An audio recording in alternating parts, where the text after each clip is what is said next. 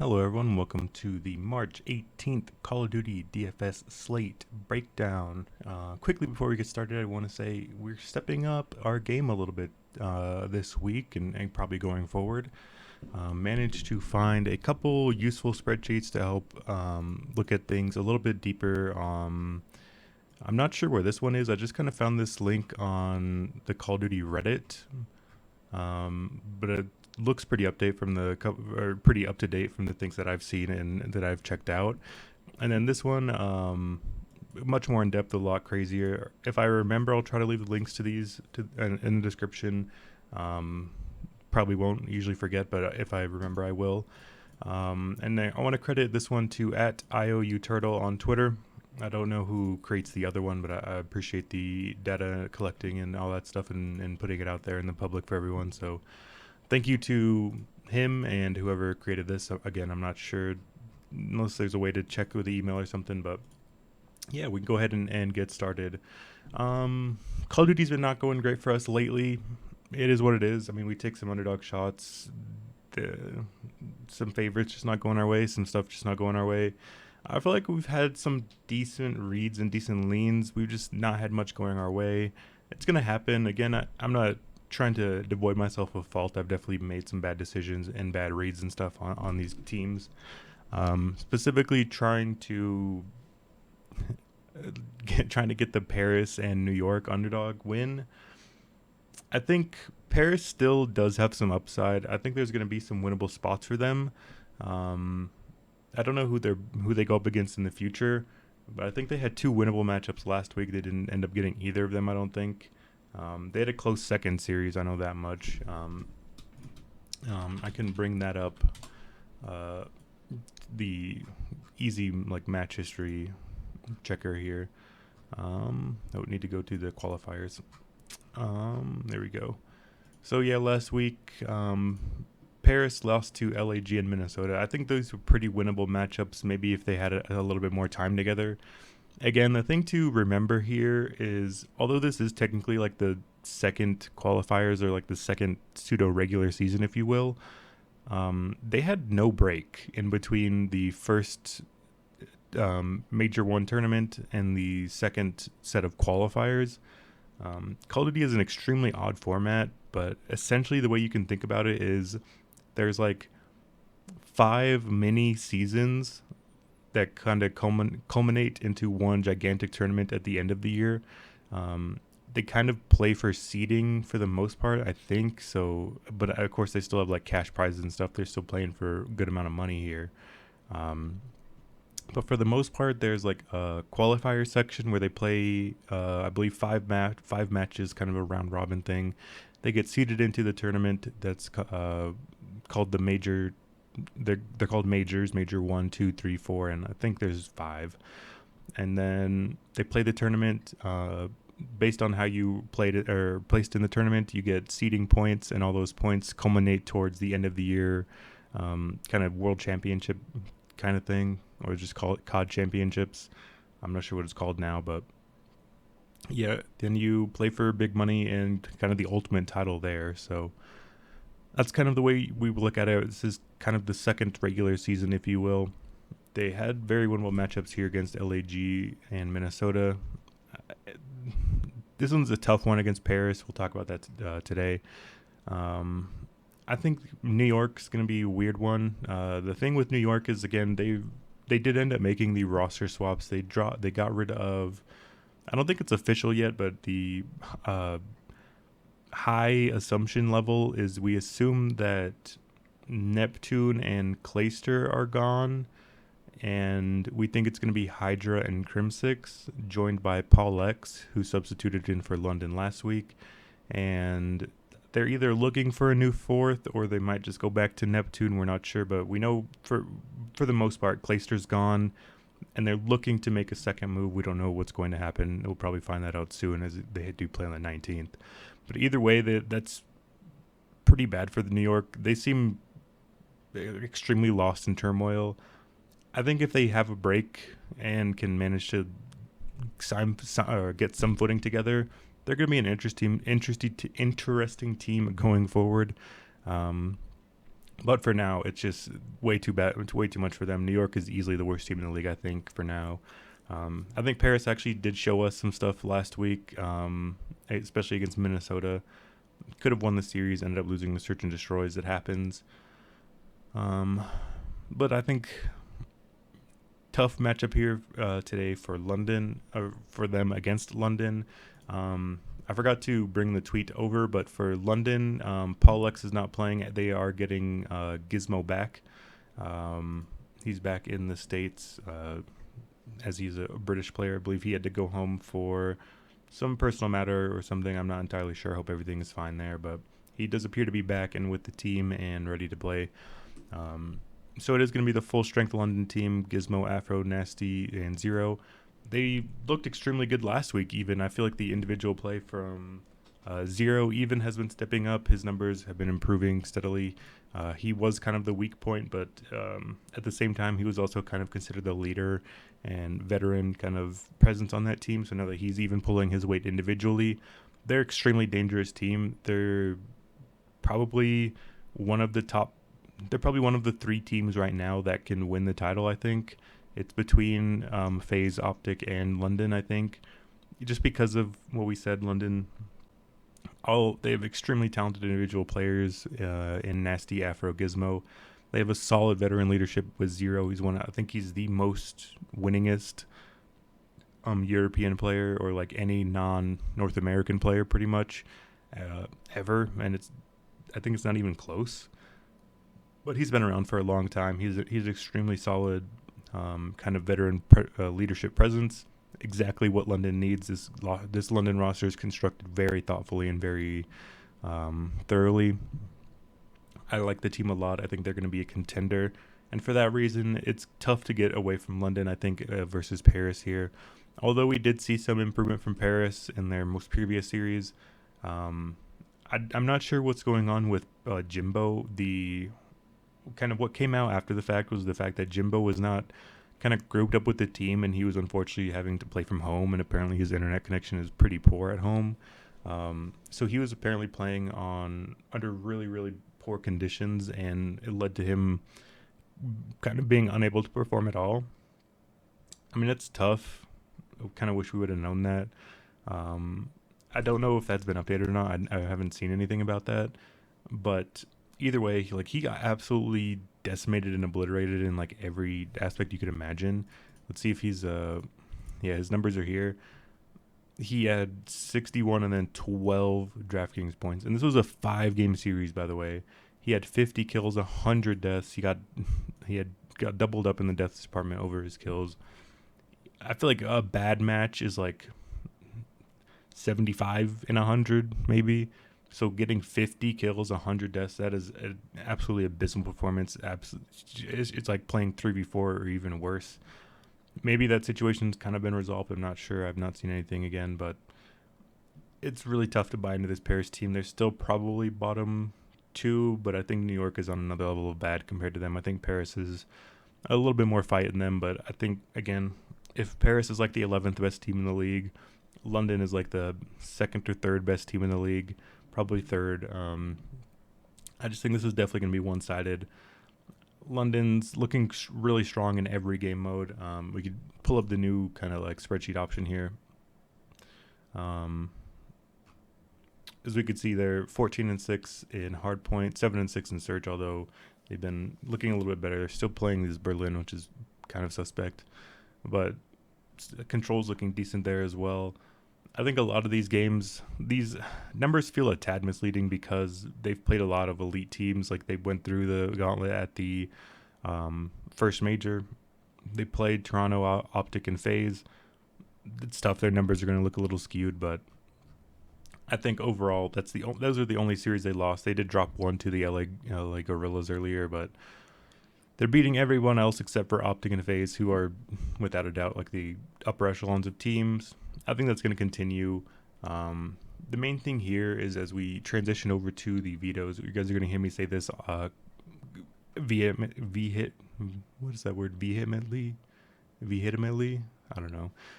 But you guys are going to hear me say this, I guess, kind of aggressively as we continue. I guess these numbers are not necessarily accurate. Yeah, they've played a lot of matches.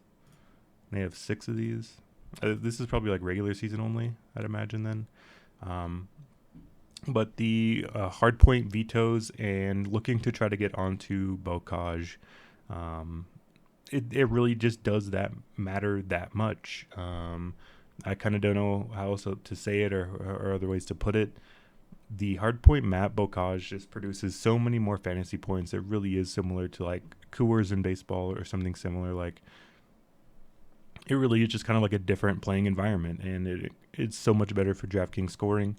Um, it kind of just elevates the good players to another level, elevates the neutral players to good, it elevates the bad players to neutral even. Like it's a crazy boost that playing on Bocage has. And that's the problem here with London. That's kind of their ban at the moment. They're continuing to ban Bocage. I've seen on stream from Zero, who's kind of their leader, you could say for sure, that they are trying to work on Bocage and trying to get that into their map pool. It does make sense. I think in theory they would be an extremely talented Bocage team, because that map requires 3 solid submachine gun players, and I think Afro, Nasty, and Gizmo all can run the MP40, that submachine gun, really well, pretty effectively. So I'd imagine when they do figure out a little bit more about Bocage, there'll be a strong team on that map. But for now, all we have to go off of is the fact that they are banning this map out, and it really does matter that much. I still like London. I'm probably going to be getting to them a little bit, but I mean, they're not exactly cheap. The cheapest is Gizmo at 86. They probably pay it off. They probably get to a solid 100-point floor. Maybe 1 or 2 of them have decent upside maps. I'm not loving being like looking to big stack them. They are super expensive. I don't think there's a underdog that's good to pair with them. So they're probably going to be like a solid secondary stack piece maybe, or one I'm trying to just maybe go a little bit lighter on. Again, super expensive, not getting to Bocage. Their kills are pretty evenly distributed at the moment. Like as we've seen Zero step up, that's kind of reduced a little bit of upside, I guess, from everyone else, because it was a kind of a 3-headed monster of Nasty, Gizmo, and Afro. Now that we have Zero stepping it up, it feels like it's kind of too many mouths to feed here. No Bocage. I think there's just enough red flags to not avoid them, but probably just go a little bit lighter on. So that's kind of what I'm viewing with the London series. I'll probably take London, honestly, just in the 3-0. I'm not sure where Paris has any advantage on them. That'll be kind of just my thoughts on that one. Optic Texas versus Seattle. This again is a pretty interesting one. I guess that's kind of a lie. This is not an interesting one. I think Optic, although we did see Seattle upset and beat Atlanta FaZe last week, they kind of stunned the world pretty much. I don't even remember what they were, like plus 800 or something. Like Atlanta FaZe was a gigantic, like minus 1,000 something favorite. That feels extremely fluky to me. Just the sample that we've seen from Seattle so far is just they are not good. They've just been trending downwards for a while. They get one random fluke win over FaZe. I'm just not buying it at all. I mean, even in the odds, we look and see they're minus 600, plus 385 for Seattle. So the odds agree with there a little bit. The odds feel a little steep. Again, like we just saw Seattle beat FaZe, so I don't know. It's not, like maybe Seattle's not that bad, but it's tough. I think Optic has definitely been the best team lately. They obviously won the first major, so it's tough to go against them. I like Optic a lot. I think, again, they're probably super expensive. Yeah, they are. Actually, they're pretty cheap. Shotzi's only 92, Dashi 88, Scump and Illy down below 8. So they're going to be super popular, I think, with good reason. I like them a lot. I like lock and loading them as well. Again, we look at bans. We see Seattle, they're kind of banning everything across the board. That does worry me a little bit about Seattle maybe taking out Bocage. That I think that's definitely a possibility, and we're not going to know that. We only know the maps of the first series before before lock, and we kind of have a good idea already of what Paris and London are looking at. So I think when we look at the vetoes here, I think we can definitely see Seattle most likely going to be banning Bocage. It would make sense. I don't know if they will. I mean, they banned it twice. Again, it's not. There's just no guarantees here. There's no good leans here. It would make sense for Seattle to ban Bocage because it looks like it's Optic's one of Optic's best map, if not their best map. And Seattle, granted, given that they've kind of banned everything across the board, they have equal bans kind of everywhere. They're trying to get to Bocage Tuscan a little bit more than Gavutu Berlin. I think it's similar for the Optic side. They're also banning Gavutu in Berlin. I don't know what they would do. I'm just not sure because both of these teams like to ban Gavutu in Berlin, so we could see that that's their highest numbers. Tuscan is both of these teams' least banned map, and then Bocage is both of these teams' second least banned map. So if there's a world where Optic and Seattle handshake and play those two maps of Bocage and Tuscan, that's going to be fantastic because I think although Tuscan is not on the level of Bocage, probably not at all, Tuscan is the second best map when it comes to DraftKings scoring. It's also a pretty small map, pretty action-packed. Obviously not on Bocage's level, but either way, I think Tuscan's the better option. And that also is a slight thing when it comes down to the coin flip, because for some reason we still live in a Call of Duty era where whoever wins the coin flip gets to ban the control map, and there's only two of them, so that means you just pick one of the control maps. As we could see, Optic have won the coin flip 5 times. They banned Gavutu control every time. Seattle have won the coin flip 4 times. They banned Tuscan 3 times out of the 4. So if Optic win the coin flip, we're seeing Tuscan control. If Seattle win the coin flip, we're seeing Gavutu control. It does matter, but not as much. There is a Tuscan control is better. So there's definitely a world. It's probably unlikely, but it's a possibility that we see Bocage hardpoint, Tuscan hardpoint, and Tuscan control. Those are like the three. That's like the 3 best maps you can possibly get, I think, for DraftKings scoring currently. And if that's a possibility, even if we get like 2 of the 3, even if we get like a Bocage hardpoint and a Tuscan control, or if we see the Tuscan, or maybe if it does go to 4 and we see Bocage Tuscan, or something like that, even if we see 2 of the 3, I think that's going to be fantastic. I'm definitely loading up on the Optic guys a lot. I think they're going to be super popular. They are pretty cheap relative to, I think, their upside here. If you're asking me, probably like picking between Optic and London, I think it's definitely Optic. I mean, all of them are like, they're just so cheap. Like Shotzi at 92 is crazy. Dashy at 88 is pretty cheap as well. Pairing them up with one of Scumper Illy, I think it's fine as well. I like loading up on Optic. They're going to be one of my favorite biggest stacks. I'm going to be super heavyweight on them. Overall, I like how everything breaks out for them. I wish I had a player's stats. That would have been nice to see. Maybe I'll try to find that for tomorrow, but we still have some of that data through Breaking Point, so we'll talk about that later. But we actually have a real series to talk about here with Boston and Minnesota. Or I guess quickly for Optic, Texas, Seattle. It's probably Optic 3-0, maybe 3-1. Maybe Seattle can take like a search or something. I don't know. I think it's probably Optic 3-0, but maybe the control goes in Seattle's way and they win the Gavutu control or something. There's some outs there. I would say Optic 3-0, maybe 3-1. Similar story, I think London 3-0, maybe 3-1. But yeah, then we go to a real series here, Boston and Minnesota.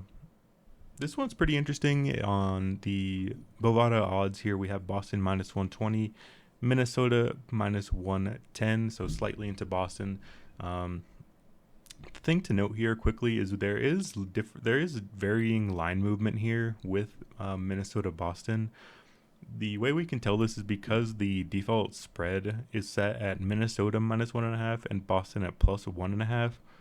Typically, that indicates that the bookmakers, or this bookmaker, at least Bovada, at least had initially, when the lines launched, Minnesota as the favorite because obviously they have the -1.5 there, and then Boston launched as the underdog at the +1.5. So I think the money has been probably going in on Boston, and they've shifted the odds here. And I think this actually does make sense. That is my lean here as well, towards the Boston side initially. We look at the map vetoes for Boston. They're typically banning Gabutu. They actually have the same vetoes. Minnesota's banned 3 Gabutus, 2 Tuskens, 1 Bocage. Boston's done the same, both leaving up Berlin. This is another situation where we just kind of don't know whether these teams are banning their weaknesses or opponent strengths. Maybe that's another deep dive worth looking into, is if these teams are banning weaknesses versus strengths. But just based on these numbers, Boston's been trying to get to Bocage pretty heavily. That's definitely been the map they're looking to get onto pretty consistently. They play that map a ton. They're leaving up Berlin, so is Minnesota. I would imagine one of these teams just bites the bullet and bans Gavutu. Tusken, I'm not sure. It's like after Gavutu ban, it's just a little up in the air. So this one's again a possibility at least. I think a good shot. We see Bocage. Boston definitely like to pick Bocage. We know that for sure. I'm not too familiar with what maps Minnesota likes to pick. I guess we could look and see at what they're playing. That would probably be a good indicator here. So we'll look at Minnesota and Boston. So we look at, that did not load incorrectly. For Boston, we have, they've played Berlin 4 times, Bocage 8 times, Gavutu 4 times, Tusken 3. So maybe it looks like they're favoring not favoring. It looks like they're trying to get away from Tusken. Maybe it's typically one I think they banned it twice, but they've only played it 3 times. So yeah, that's one way. Minnesota, whoa. They are 0-2 on Bocage, 0-5 on Tusken. Tusken and Berlin are their most played. Boston is 3-1 on Berlin, 2-1 on Tusken. I think again overall, when we look at the series kind of as a whole, like we look at these stats, we see Minnesota 5-11 in hardpoint, Boston 11-8 in hardpoint. They're actually doing pretty well in hardpoints. The big difference maker here is the search and destroys. Those definitely favor Minnesota, I think. But for DraftKings scoring, those matter very little. Good team slot maybe, but otherwise not there. The controls definitely concern me, but that's all kind of concern on both sides. Boston being 2-8 in control, Minnesota's 3-6, so they are better, but not by much. I think the big difference maker here, of course, is the hard points. When we look at the vetoes and when we look at the kind of the map record, it's kind of tough. I would imagine Minnesota will try to get to Berlin. That's the only hardpoint map where they have a winning record. And Boston are not banning Berlin. They have yet to ban it. Maybe it's in an option for them. I'm not sure. We kind of have to speculate and go off of what we have. So if they're not banning Berlin, they're probably fairly confident in it. They're not banning Bocage either, because it's also one they obviously play a ton. So yeah, it looks like Boston seem favored on kind of every map, honestly. It looks pretty tough for Minnesota. The only map Minnesota is looking decent on is Berlin, but Boston is there as well. So I think Boston just kind of have like a trump card here when it comes to hardpoint vetoes.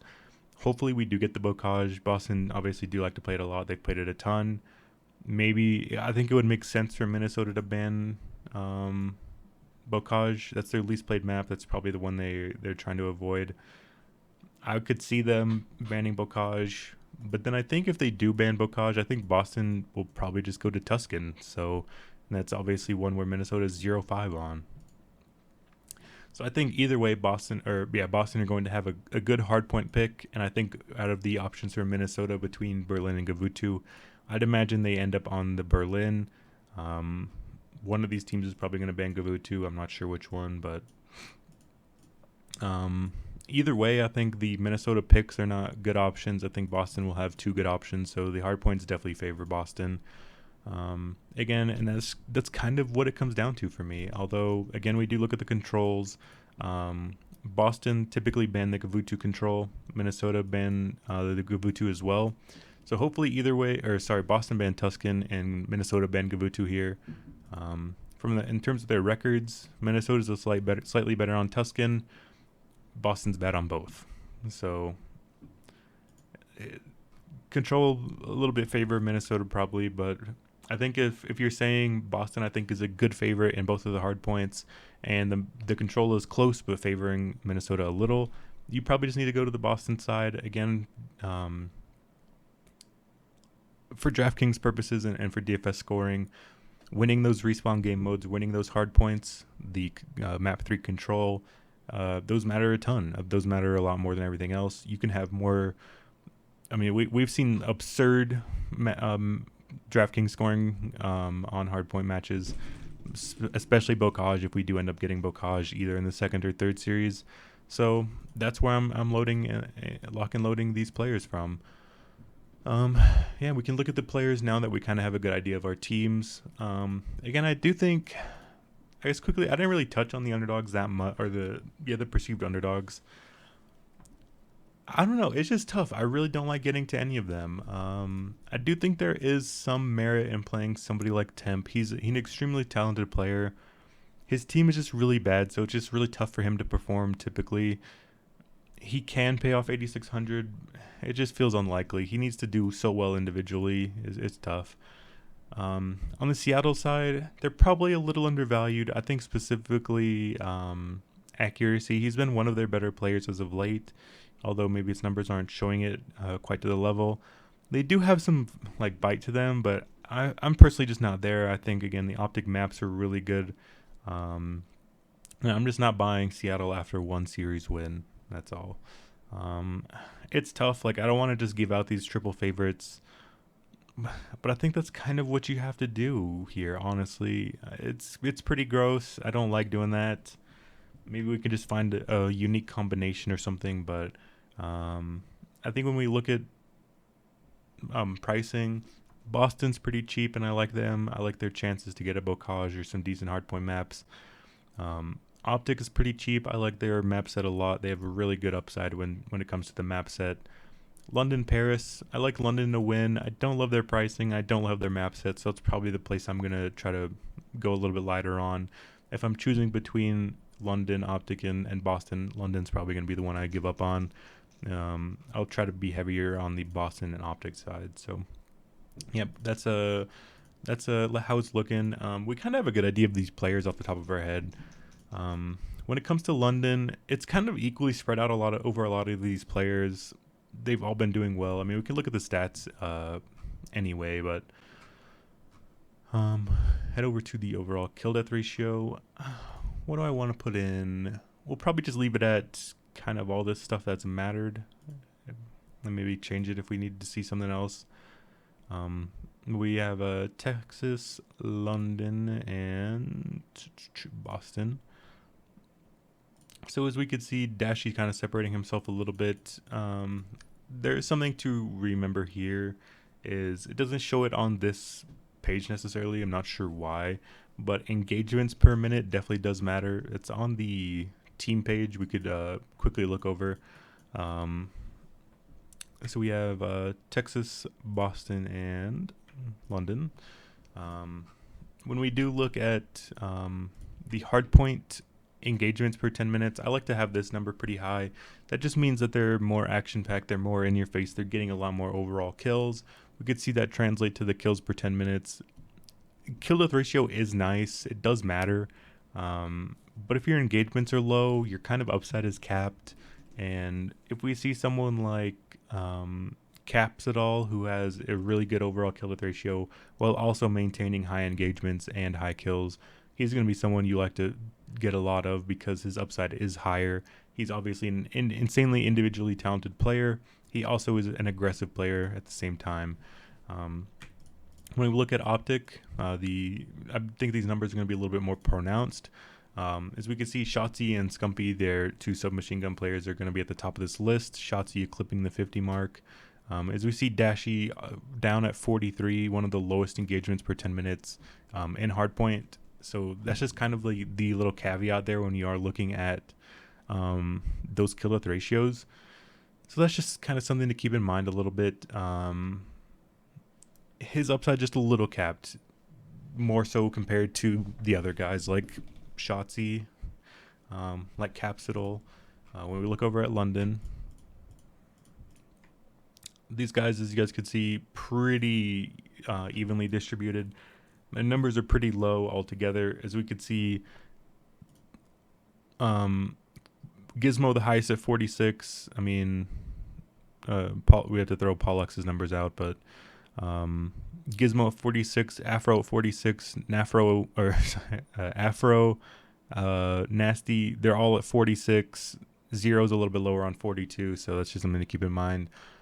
I typically try to leave off these low engagement players. I would say the only exception here definitely is Dashi. I think they still fine. They can definitely pay off the price tags. They are typically the cheaper ones. Like if we do look, I mean, Dashi's super expensive. His numbers are crazy. Same for Zero, all that stuff.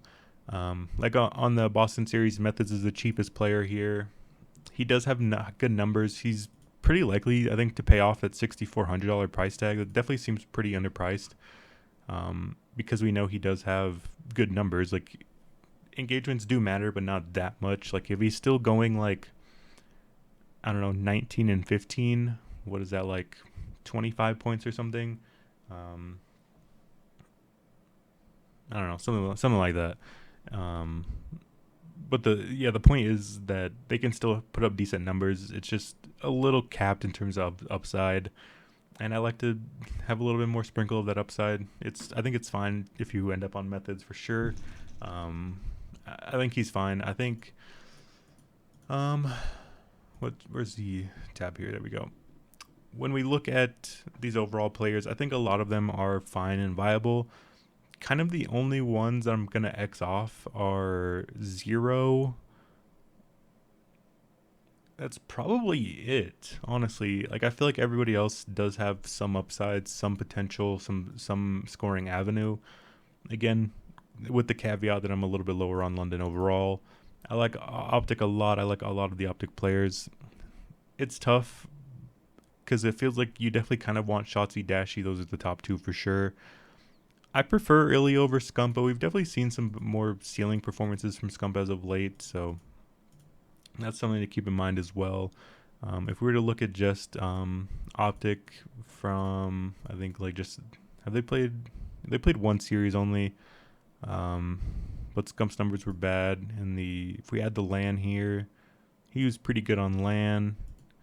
If we're looking at only online stuff, Scump's numbers are lower. So maybe that's a better way to look at it, because LAN and online are pretty different. But yeah, I mean, Scump is probably the one underneath everyone else. But again, we've seen some good upside performances from him. He is a super aggressive submachine gun player. So if they do end up on like a Bocage, he can score pretty well even without having craziest of numbers. So I'm not Xing out anyone, honestly, from the teams I like, except for Zero. Probably 9,400 for him is just really tough to pay when I could go to Capsidal, Dashi, Standy, or not Standy, sorry, Shotzi, even Narrow I'd prefer.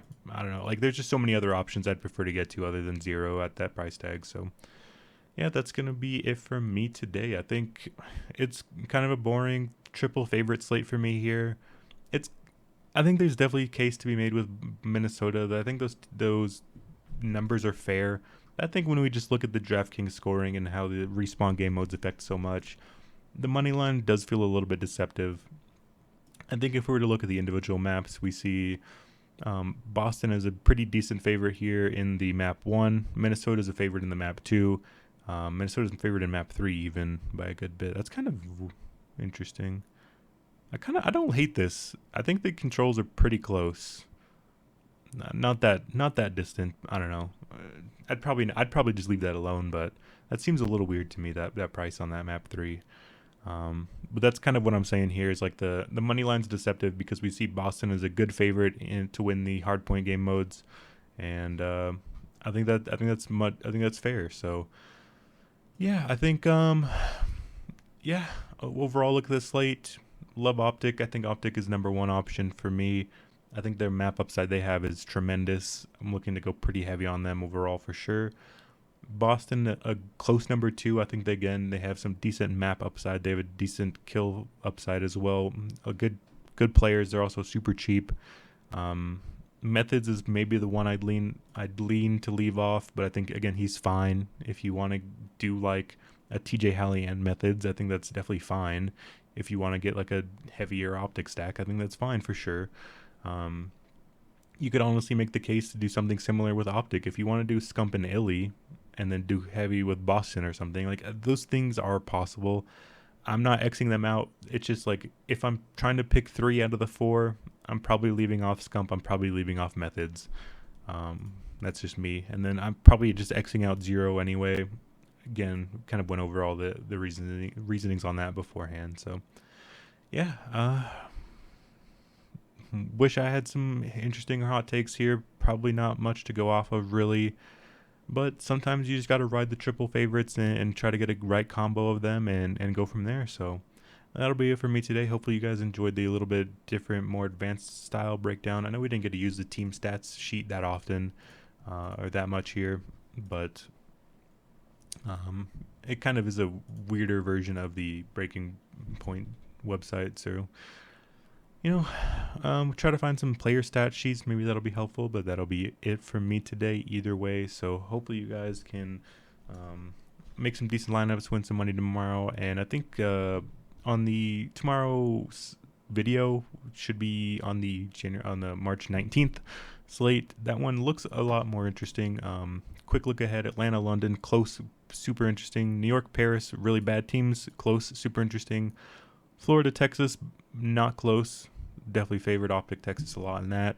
Boston, Toronto, pretty close as well. I'm going to be excited to see that one as well. I think those are going to be 3 close games, 3 interesting ones to talk about, and I'm looking forward to that. I think maybe we can just try to do a little bit of a bankroll builder to look and fire in some spots on the next day. So that'll be it from me today. Best luck to you guys tonight if you're playing, and I will see you guys tomorrow.